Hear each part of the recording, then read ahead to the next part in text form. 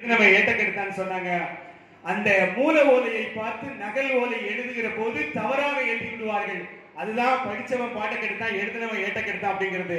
அந்த மாதிரியாக உவேசா அந்த வீட்டிலே தங்கி 6 மாதம் ஒவ்வொரு இடமாக அலைந்து கொண்டிருந்த போது ஆழ்வார் திருநகரிலே ஒரு வீட்டிலே ஒரு யாகம் நடந்து கொண்டிருந்தது. அந்த யாகத்திலே எல்லா ஓலைச்சுவடிகளையும் போட்டுக் கொண்டிருந்தார்கள். ஓடி போய் பார்த்தா அது சங்க இலக்கிய சுவடி.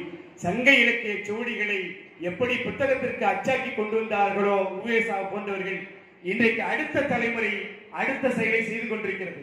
தமிழ் virtual.org என்று சொல்லப்படுகிற தமிழ் இணைய கல்விக் கழகத்தினுடைய வெப்சைட்டுக்குள்ள போனீங்கன்னா 2 வடிவத்திலே தமிழ் இலக்கியங்கள் இருக்கின்றன.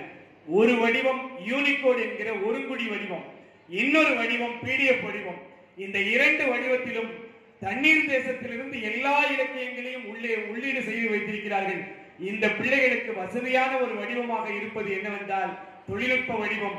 அதில் படித்துவிட்டு போகட்டுமே என்று சொல்லி என்னுடைய கருத்தாக வாசிப்பில் இனிமை தருவது நூல் வடிவமாக இருந்தாலும் வாசிப்பில் வசதி தருவது நவீன தொழில்நுட்ப வடிவம்தான் என்று சொல்லி இந்த வாய்ப்பை வழங்கிய நெல்லை மாவட்ட ஆட்சித்தலைவர் அவர்களுக்கும், நாரங்குநாதன் அவர்களுக்கும், செல்வன் ஐயா அவர்களுக்கும் மற்றும் இதுவரை இந்த நிகழ்ச்சியை கேட்டுக்கொண்டிருந்த நெல்லையினுடைய அனைத்து கல்லூரி மாணவ மாணவிகளுக்கும் பேசிய உங்கள் அனைவருக்கும் என்னுடைய வாழ்த்துக்களை சொல்லி இந்த 2 பேருக்கும் என்னுடைய வணக்கத்தை சொல்லி விடைபெறுகிறேன்.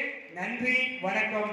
ஒவ்வொரு ஆண்டும் இந்த விவாத அரங்கம் தொடங்க வேண்டும், தொடர வேண்டும். நன்றி, வாழ்த்துக்கள்.